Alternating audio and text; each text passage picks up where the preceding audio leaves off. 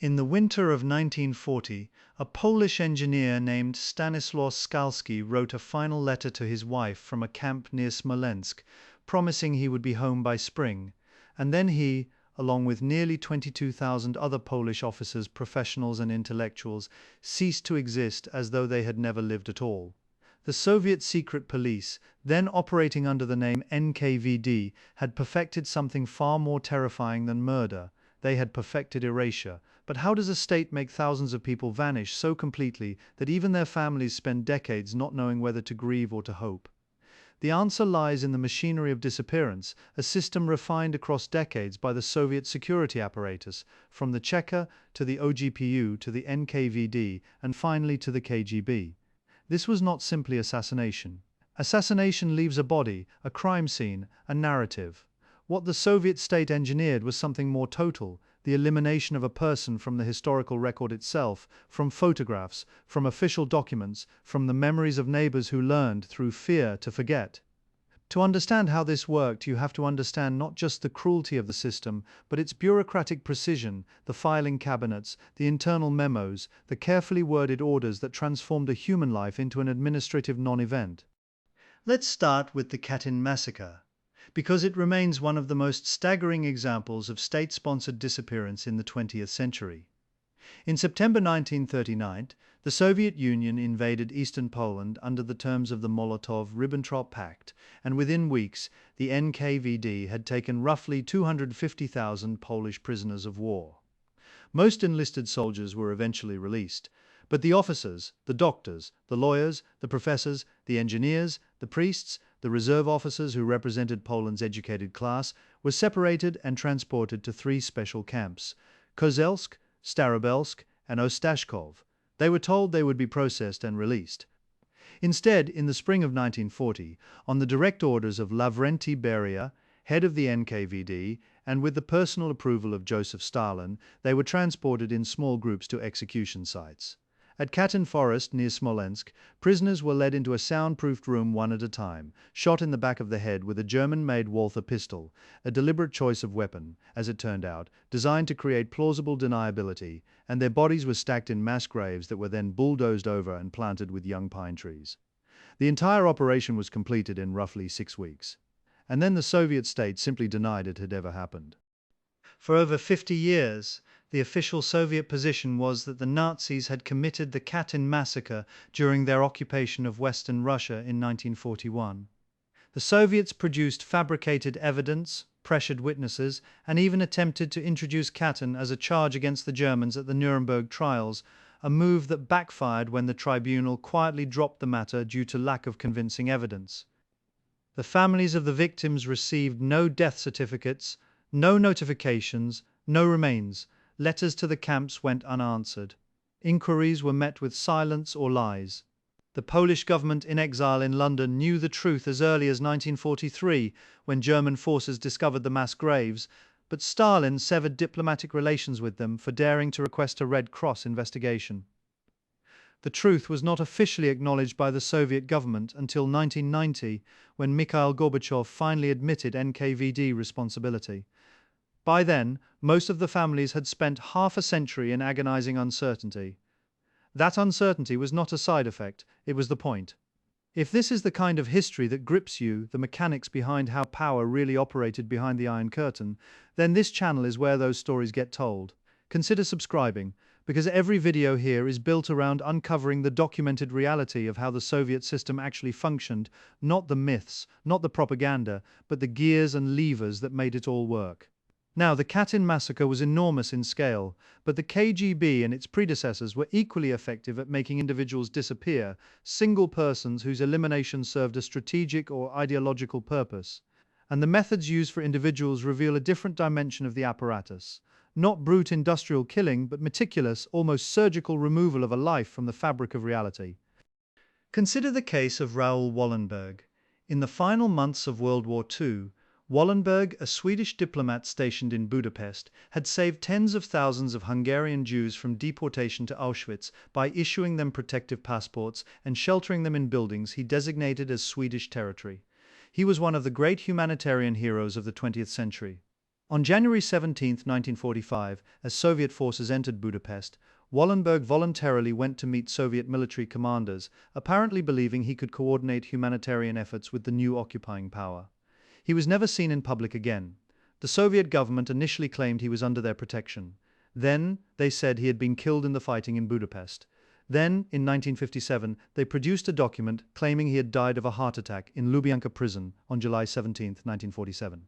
The document was signed by a prison medical officer named Smoltsov, who conveniently could not be located for questioning.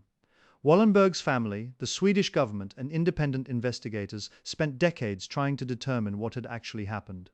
Witnesses who had been imprisoned in the Soviet Gulag system reported seeing Wallenberg alive in various prisons and camps well into the 1950s and possibly the 1960s. A KGB defector named Vasily Mitrokhin, whose archive was smuggled to the West in 1992, indicated that Wallenberg had likely been executed, but the exact circumstances remained obscured by layers of contradictory disinformation. The Soviets had not simply killed Wallenberg. They had created a fog so dense around his fate that even 70 years later, the full truth has not been established with certainty. His family was denied the basic human act of closure. The disappearance itself became a weapon, a way to neutralize diplomatic pressure by making it impossible to prove anything definitively. This technique, the weaponization of ambiguity, was central to how the KGB operated. A body is evidence. A known death is a fact that can be protested, mourned, and used as a rallying point. But a disappearance is a void, and voids are remarkably difficult to organize against. The families of the disappeared could not hold funerals. They could not accuse. They could not even be certain that their loved one was dead rather than alive in some distant camp. This uncertainty functioned as a form of psychological warfare, not just against the individual family, but against entire communities, because it demonstrated that the state's power extended beyond life and death into the realm of knowledge itself. The state controlled not just whether you lived or died, but whether anyone would ever know which one it was. The internal mechanics of this system were staggeringly bureaucratic. When the KGB, formally established in 1954 as the Committee for State Security, decided that a person was to be disappeared, the process typically began with surveillance. The target would be watched for weeks or months, their routines mapped, their contacts identified, their vulnerabilities catalogued. A file would be assembled. The decision to arrest, and what would follow arrest, was made not by a single operative, but through a chain of authorization that could reach all the way to the Politburo for high-profile cases. Once the decision was made, the arrest itself was often carried out at night. The infamous knock on the door at 3 a.m, a detail so consistent across survivor testimonies that it became a kind of cultural shorthand for Soviet terror. The target would be taken from their home, transported to a detention facility, and from that moment forward, they effectively ceased to exist in the official world. Their name would be removed from workplace rosters. Their apartment might be reassigned. Neighbors who asked questions would be warned. In some cases, the person's image would be physically removed from photographs, a practice so widespread that it became one of the defining visual symbols of Stalinist repression. The airbrushing of photographs deserves particular attention because it reveals how deeply the concept of disappearance was embedded in Soviet political culture. When a senior party official fell from favor when they were purged, it was not enough to execute them. They had to be unmade. Nikolai Yezhov, who was head of the NKVD, oversaw the Great Purge of 1936 to 1938, during which an estimated 750,000 people were executed and over 1 million more sent to the Gulag, was himself arrested in 1939 and executed in February 1940. After his execution, he was systematically removed from every official photograph in which he appeared. The most famous example shows Stalin walking alongside the Moskva Canal with Yezhov at his side. In the altered version, Yezhov is simply gone, replaced by a seamless extension of the canal's stonework. This was not a rare occurrence. David King, in his book The Commissar Vanishes, documented dozens of such alterations, showing how Trotsky, Kamenev, Zinoviev, Bukharin, and others were methodically erased from the visual record. The message was unmistakable. The party did not merely punish dissent, it rewrote reality. But photographs were only one dimension. The NKVD and later the KGB maintained enormous archives, and those archives were themselves instruments of control. Files could be created, altered, or destroyed. The fate of a disappeared person could be reclassified. their sentence changed retroactively, their cause of death fabricated. When Khrushchev initiated a partial de-Stalinization after 1956, rehabilitation commissions reviewed hundreds of thousands of cases and discovered that confessions had been extracted through torture, that evidence had been fabricated wholesale, and that many of the executed had been guilty of nothing at all. But even then, the full scope of the disappearances was not acknowledged.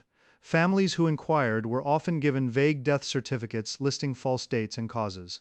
A man executed by firing squad in 1938 might be listed as having died of pneumonia in 1943. The bureaucratic lie was maintained even in the act of partial truth-telling. The KGB's capacity for making people disappear extended well beyond Soviet borders. Throughout the Cold War, the agency operated a specialized division, initially known as the 13th Department, later reorganized and renamed multiple times, dedicated to what was euphemistically called special tasks. These included assassination, sabotage, and kidnapping of individuals abroad. One of the most well-documented cases is the murder of Stepan Bandera, a Ukrainian nationalist leader living in exile in Munich. On October 15, 1959, Bandera was found dead in the stairwell of his apartment building. The initial assumption was a heart attack, but a West German autopsy revealed traces of cyanide, and in 1961, a KGB assassin named Bogdan Stashinsky defected to the West and confessed to the killing. He described using a specially designed weapon, a spray gun disguised as a rolled newspaper that fired a jet of prussic acid into the victim's face. The poison caused cardiac arrest and the vapors dissipated quickly, leaving almost no forensic trace. The weapon had been developed by a KGB laboratory specifically for the purpose of undetectable assassination. Stashinsky also confessed to the 1957 murder of Lev Rebet, another Ukrainian exile in Munich, using the same method. Rebet's death had been officially classified as a heart attack for 4 years. Without Stashinsky's defection, it might never have been reclassified. Here is a detail that shifts the entire frame of understanding. According to former KGB archivist Vasily Mitrokhin, whose notes were smuggled to Britain in 1992 and became the basis for the Mitrokhin Archive, published by historian Christopher Andrew, the KGB maintained active files on assassination and disappearance operations spanning decades, and many of those files referenced operations whose outcomes remain unknown to this day. How many Rebets were there? Deaths classified as natural, accidents that were not accidents, people who simply vanished during foreign travel and were never connected to Soviet intelligence operations. The honest answer is that we do not know, and we may never know, because the system was designed precisely to prevent that knowledge from ever surfacing. Within the Soviet Union itself, the Gulag system functioned as a vast engine of disappearance.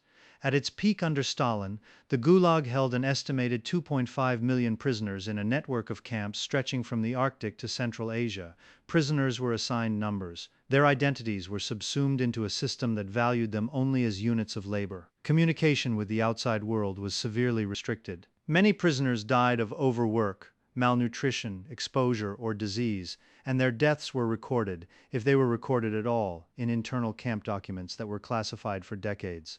Families might receive a terse notification that their relative had died, or they might receive nothing. The uncertainty was compounded by the scale of the system. With millions passing through the camps over 3 decades, individual fates were lost in the sheer volume of human suffering. When the Soviet Union collapsed and archives were partially opened, researchers discovered that even the internal records were incomplete. Camp administrators had sometimes destroyed documents to cover up mortality rates that exceeded acceptable levels. The system swallowed people whole, and in many cases it digested even the evidence of the swallowing. One of the most chilling refinements of the disappearance apparatus was the concept of the unperson, a term George Orwell coined in 1984, but which had its direct analogue in Soviet practice. When a person was declared an enemy of the people, their entire social network came under suspicion. Family members could be arrested under the principle of collective responsibility. The wives of enemies of the people were routinely sent to special camps. The Alger camp, near Astana, Kazakhstan, held thousands of such women. Children were separated from their parents and placed in state orphanages, often under changed names. The goal was not just to punish the individual, but to sever every thread connecting them to the social fabric. A disappeared person's friends learned to stop mentioning their name. Co-workers pretended they had never known them. The terror was so pervasive that self-censorship became automatic. People disappeared not only physically but socially, as the community around them closed over the gap like water over a stone. This social dimension of disappearance had profound psychological consequences that researchers have only begun to fully document in recent decades. The Russian human rights organization Memorial, before the Russian government forcibly dissolved it in 2021, had compiled databases containing the names of over 3 million victims of Soviet political repression. Their work revealed that in many families the trauma of disappearance was transmitted across generations. Children and grandchildren of the disappeared carried a burden of silence, shame, and unresolved grief that shaped their identities and their relationship to the state. The disappearance was not a single event, but an ongoing condition, a wound that could not heal because it could never be fully acknowledged. The KGB also developed sophisticated methods for making defectors and dissidents disappear in more figurative senses, destroying their reputations, isolating them socially, and rendering them invisible within their own communities without the need for physical elimination. This was the domain of so-called active measures and decomposition techniques, refined particularly in East Germany by the Stasi, which worked closely with the KGB and in many ways served as its most disciplined satellite. The Stasi's Zersetzung program systematically undermined targeted individuals by spreading false rumors, interfering with their employment, disrupting their personal relationships, and gaslighting them into questioning their own sanity. The goal was to make the person disappear from public life without creating a martyr. A dead dissident could become a symbol. A discredited, isolated, psychologically broken one could not. These techniques were shared across the Eastern Bloc intelligence services and represented an evolution in the technology of disappearance, from physical annihilation to social and psychological annihilation.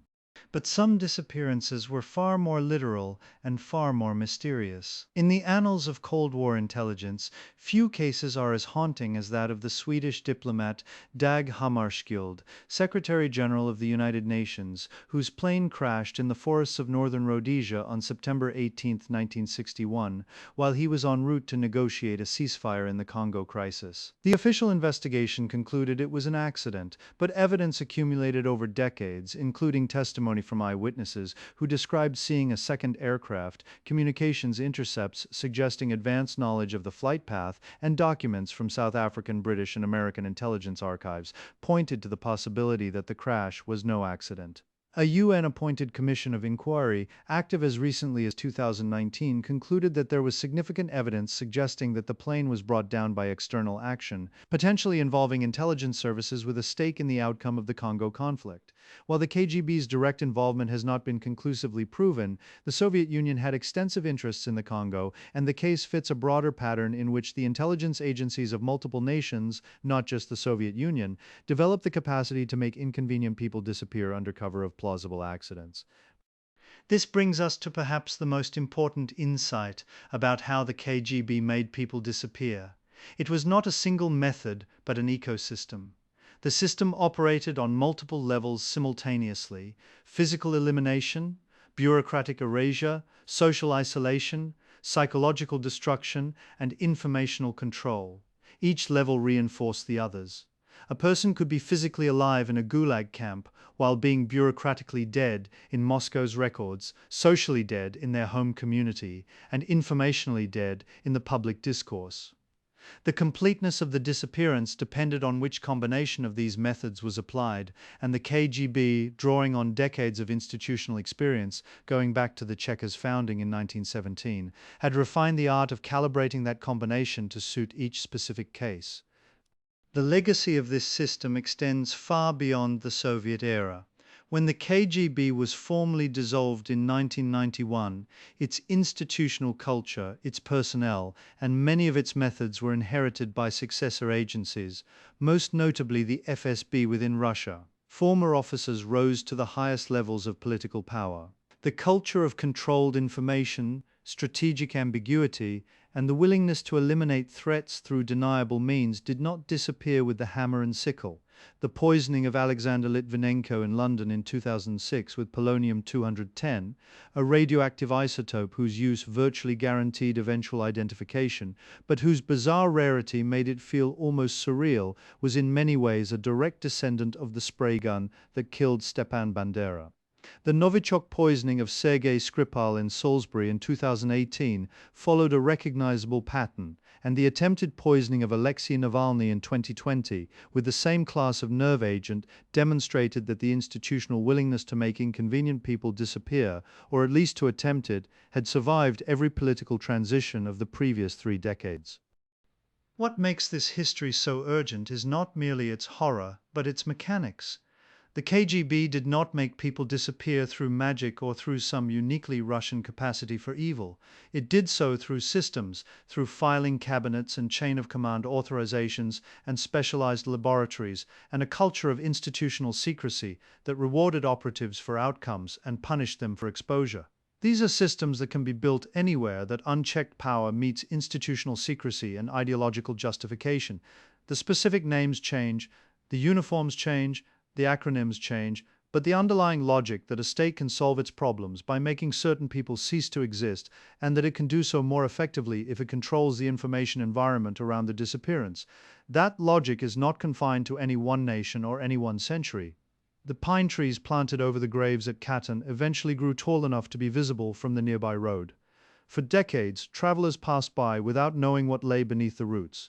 That is perhaps the most precise metaphor for how the KGB made people disappear, not in darkness but in plain sight, beneath a surface of normalcy so complete that the horror became invisible. The system's greatest achievement was not the killing.